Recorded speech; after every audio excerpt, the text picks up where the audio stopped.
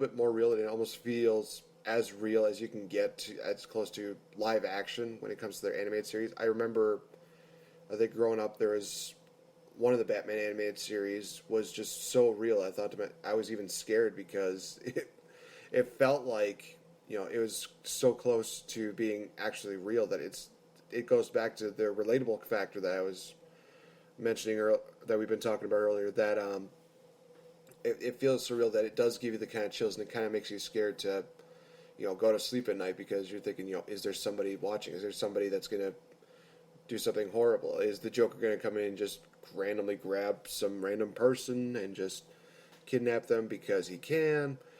And I think that I will agree that DC does a better job when it comes to animation, when it comes down to that uh, bone chilling, spine tingling, just really getting you into it kind of feel there. So I think that we'll end this debate with kind of closing arguments. The only closing argument I have, because I've already given everything that I've wanted to say, I guess the only thing left for me to say is, in the words of Stan Lee, Excelsior! That's really all I got, so... In the words of the Joker, life is yes. serious. I'm kidding. Why so serious? That's your closing argument? That's my closing.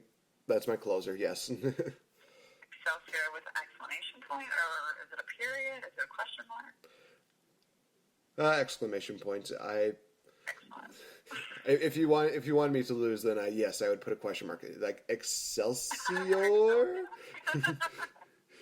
Is that like a tobacco or something like that? Get me some Excelsior. No, perfect.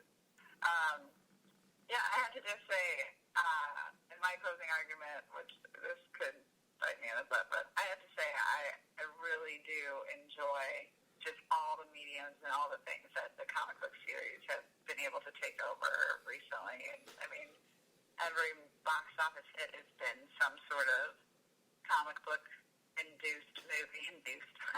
comic book based movie. And I think it's really cool. I love that DC is coming out with a bunch of stuff in 2017, and I'm going to hope that they're going to be a lot better. It's looking good for Wonder Woman, but I have to say that a lot of the other movies also kind of looked good for me. So I'm just excited I hope that DC takes kind of what they're good at in the cartoon world and puts it forward and puts it in these real life movies, because from just looking at the popular culture, which is the movies, people kind of rely on the movies now to know who superheroes are and what they do. I would have to say that Marvel is getting way more prevalent because of just all the success and how great they've been at making these movies. And again, I do think that Disney has really helped them out, and Disney is doing a great job with that. But hopefully we can take away some director freedoms and just go with the comic books.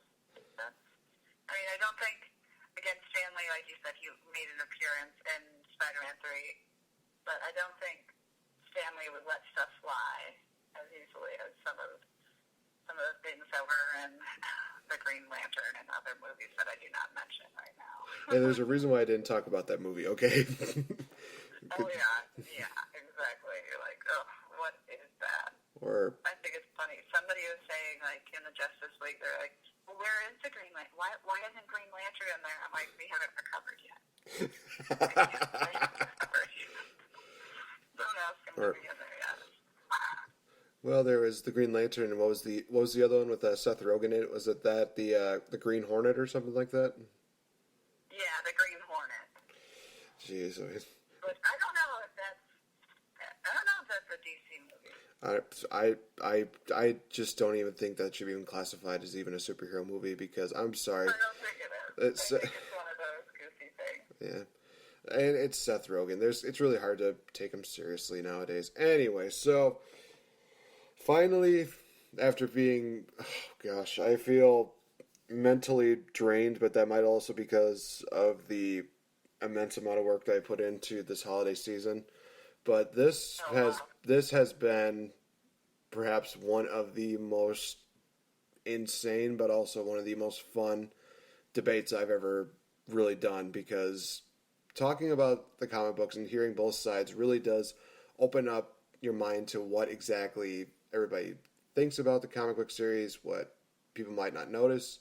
Uh, like you talk about, the fact that a lot of the villains are very much, lovable. I'm thinking, I have kind of noticed that. I mean, they did that with the Harley Quinn and Joker deal. They did that with Killshot.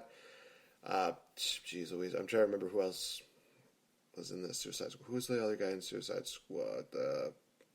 I know there was The Diablo guy? I think Diablo guy was another one. No, I was thinking about the Australian guy. Boomer, Boomerang. Boomerang. There we go. Yep. But yeah, I think Suicide Squad did do a good job of kind of showing the other side of what it was. I think it was just how the plot kind of carried out, kind of lost a lot of people. Anyway, we're not going to talk about that. So, so Yeah, it's over. yeah, it's over. Try to move on. Try not to think about it. But I will say thank you, Tori, for bearing with me. I know that beforehand we mentioned that I have a competitive edge. I'm sure a lot of people have noticed that, especially with the Squirt Circle podcast. Whenever it comes to me and Spencer, I'm one of the more competitive guys, and it can get kind of annoying. It can get out of hand. I do apologize for anybody that I really annoy with that competitive edge, but it's just one of those things that runs through the family. You just want to win. It sucks losing. I mean, for gosh sakes, my mom was. It's passion. It's straight passion. Yeah, I mean. As long as you can control it. Yeah. Don't yell at me. I will say this, that my competitive edge is probably minuscule compared to my mother's competitive edge, because she did about like 3 hours of Monopoly with my family just to win. And even when everybody was just like, "Yeah, we're done. You obviously won," she's like, "No, we got to keep going." I'm like, "Mom, you won. You got almost every single one of these good things with a hotel on them. You won. Just accept it. You dominated." And the sad thing was she didn't get Boardwalk or Park Place. Anyway, no, that's getting off topic. But now we get on to the fun part, you guys. So we want to know who you thought had the better argument and who you thought won when it came to this debate. If you go on to VicTori Belle's page, check it out. Give it a like. Why don't you? Because she well deserves it. Leave your comments in the section below on who you thought won. If you go on Twitter, I will have a voting stimulation there where you can vote to see who won there. And if you also go to YouTube, you can also leave a like, leave a comment on who you think won on there. And the voting will go all the way until Tuesday. And then on Wednesday, next week's show, right at the top of the show, we will announce who won the debate. So definitely go check that out. Next week's show, we will be doing a bit of an interesting show because we're getting close to the end of the year. So I think it's only fitting that we start picking out some of the great highlights of the year. And we're going to start off next week with the best of movies series, where we're going to talk about some of the best movies of this year, some of the worst movies of this year. I think everybody knows which one of them is going to make these lists, but it's going to be a can't miss show. It's going to be awesome, and you definitely do not want to miss out on hearing all these great movies. I wish that, we could talk a little bit more about Dragonheart, but that'll be for a different time. That could be for one that we talk about next year or something like that. But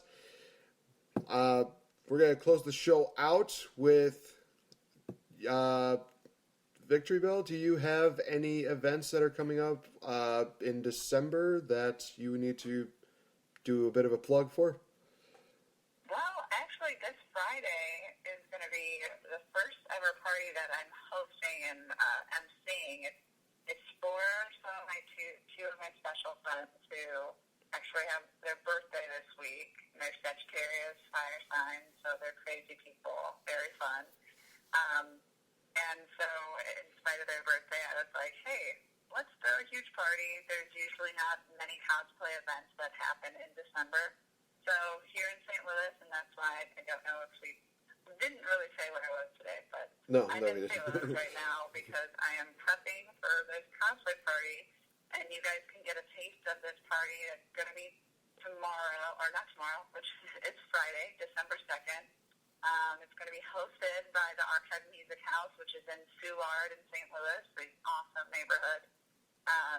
And Cosplay Radio is going to be there, Lola Van Ella, which is a famous burlesque dancer down here, and of course, a bunch of cosplayers. So if you guys want to even get a taste of the party, you can check out the Cosplay Radio live streams, and they're going to be live streaming some of this party. So if you can't make it to St. Louis, you can at least see it on Facebook. And as always, like, if you guys can, please do. Please come out. It's a free event, besides whatever you want to drink. All right. Is there any other big events that are coming up in either Chicago or Milwaukee area? That I thought there was like one more big event coming up in December. I don't know if it's a huge event, but I know Con Alta Lead is the last convention that I'm kind of flirting with going to. We're not 110% sure that me and the crew and staff from Diggers, Coffin Classics, we're looking to go to possibly Con Alta Lead, which is in the Chicagoland area. But as of now, December is the time where cons kind of take a little bit of a break. There's a lot of flea markets and stuff for,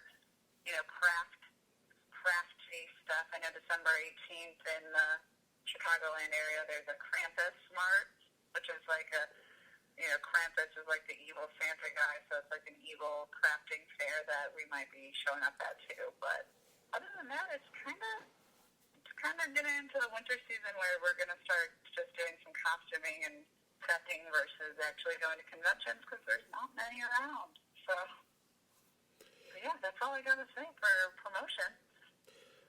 All right, well, that works out. And again, guys, you can check out VicTori Belle on her Twitter at VicToriClark04. You can also check her out on her Facebook page. Go to her website, VicToriBelle.com. Check her out on the Deadger's Dark Coffin Classics, which you can be found in Kenosha, but it can also be found on YouTube, as well as check her out on the Deadersons, which is on their season 2 right now.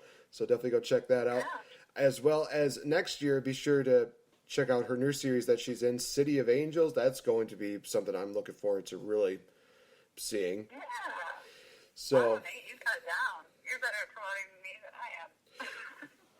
Well, I try to pay attention to a little bit of detail, and by little bits, I mean, like, you know how some people like to say, just a little bit, and they have like a little bit of a pinch deal where it's just like just a little bit. Well, that little pinch size deal is kind of like an inch long, where it's like, no, just a little bit. I know that she's got a lot going on, so definitely got to check it out, you guys. She's got a lot going on YouTube, a lot going on, more than likely next year. Also, guys, you can also check me out at Nate Effin Great on Twitter.